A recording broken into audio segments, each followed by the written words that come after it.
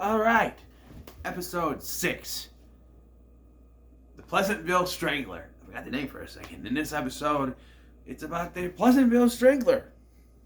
Who'da thunk?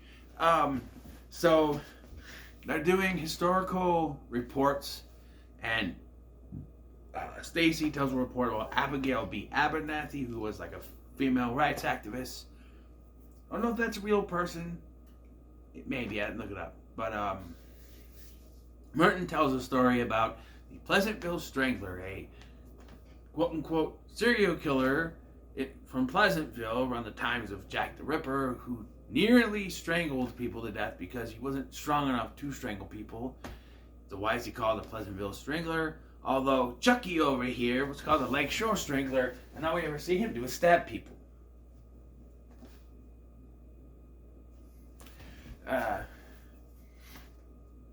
you know, even in the flashbacks in season 1, we don't see much strangling. You know what I mean? But anyway,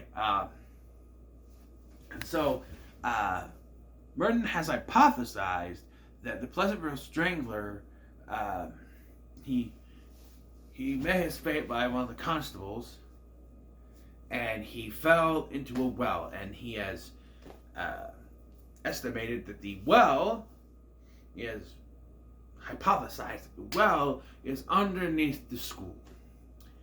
We already sort of saw this with the cold open. The cold opens to the episode are just very weird. Like, the first one was a setup for Tommy becoming a werewolf, right? And then the second one was introducing the book lady, so those worked. And then the third one is just Tommy Merton playing video games. Nothing to do with the episode. The fourth one has the cat, right? That has something to do with the episode, but Hugo is there and Hugo's... And then the last one had the sorority, but this one is Hugo trying to track down a mice problem within the school, and there's a crack in the floor, which we find out is where the well is. But the thing is, what are the chances that this crack should happen just as Merton has come up with a report on the Pleasantville Strangler? That is a big coincidence, you know what I mean? That's a big coinky-dink right there. So Tommy and Merton head down to the basement, and Tommy is unnerved by the place, but he finds that Merton finds that the well's actually there because he almost falls in. The rest of the floor gives way, well, not the entire floor, but above the well. He almost falls in. Tommy saves him, and then the spirit of the Pleasantville Strangler comes out and into Hugo's body. So, remember what I mentioned about the Strangler? He apparently never actually strangled people. And again, this is a teen show, so I think they were probably going for, well, we can't have him say that he killed people. We can't do that. Because the sacrifice in the last episode was like rubbing oil on Merton. They didn't get to sacrificing him or anything. So I guess they couldn't go all the way with... I said season 1 was darker, but it's kind of goofy too. But can go all the way with killing someone, so almost killed someone. And it makes it sillier because... This doesn't make sense why they would do it, but apparently when the Pleasantville Strangler is going after its victim, it sings, "Ring around the rosy, a pocket full of posy, ashes, ashes, we all fall down." Kind of a dead giveaway, wouldn't you think? Like, you can hear them singing it coming, and you can be able to defend yourself. We find out that the constable that threw the Strangler in the well was the ancestor of Tommy, Thomas P. Dawkins, he has the same name apparently. Maybe the P stands for something else, but we never find out. Patrick Presley. Thomas Presley Dawkins. Peter. Anyway, so that's why it's after Tommy, and so they compare this to the movie Fallen with Denzel Washington, which I have not seen. So far, the Cat People remake and the original Cat People I haven't seen, as well as Purple Rose of Cairo, and Fallen. I've started writing a list of movies I should check out because of this show. So we shall see what movies I come up with. I know the season 3 talk about being John Malkovich, which I've never seen. I should probably check out. But yes, apparently in that movie, Fallen, not the one with the angels, which I have seen, and that's like a mini-series, but apparently a spirit jumped from person to person to get to Denzel Washington. So if you've seen Fallen, you probably go, yeah, that's what's in the movie. I haven't seen it, so so this time the intended victim is Tommy, and so he's the only one which the spirit cannot transfer into. So Hugo's the first one, and then a kid bumps into him, so he goes into the kid, and the mom tries to scold the kid, so it goes into the mom, and then Merton is able to distract people by saying, look, Leonardo DiCaprio's outside signing autographs, which wouldn't happen. Everyone runs out, grabbing the mom with them. Eventually they possess a bunch of school kids, including Becky and TNT, because he gets to Becky and about to strangle him, sees TNT, and he goes, oh, more muscle. So he possesses one of them, and then they start fighting each other. Stop it, I must kill Thomas P. Dawkins. And then Hugo sneaks up on one of them, grabs him, and he goes back into Hugo and he goes, oh, fiddlesticks, I've been saddled with nincompoop again. I like that.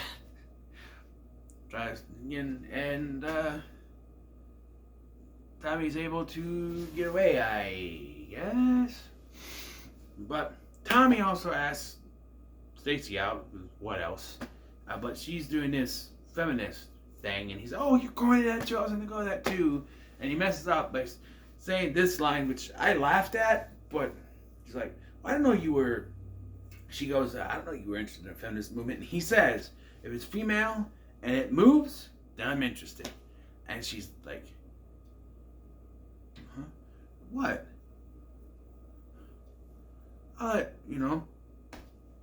Girls, girls.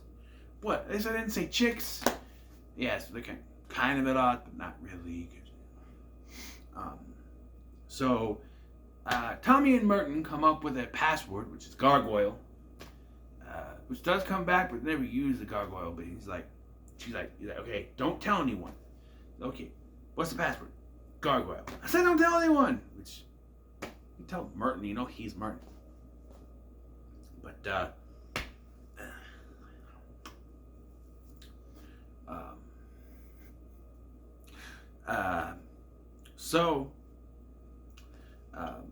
Tommy is now concerned that someone could be after him.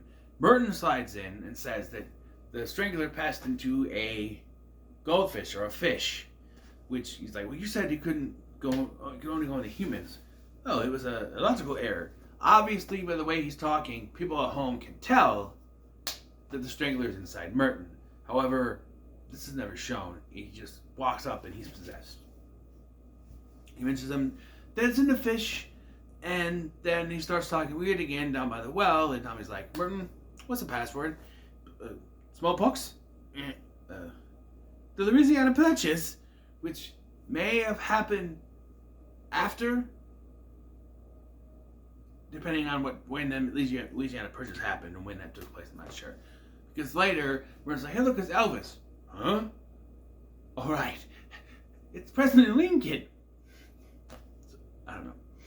But, so Tommy runs off because he wolfs out, but he can't destroy me and destroy your friend. So, so Tommy runs off very weirdly up these steps, and he ends up not wolfed out anymore, but at the feminist thing where Stacy is. And so he's like, okay, he's trying to hide there, I guess. Merton shows up and he touches the hand of the person. They're in a line where they're all holding hands. So he touches the person at the end, and they all jump to get Stacy, and she tries to strangle him, but there's a struggle, and she ends up knocking her head on the Abernathy statue, which transfers the Strangler into the statue.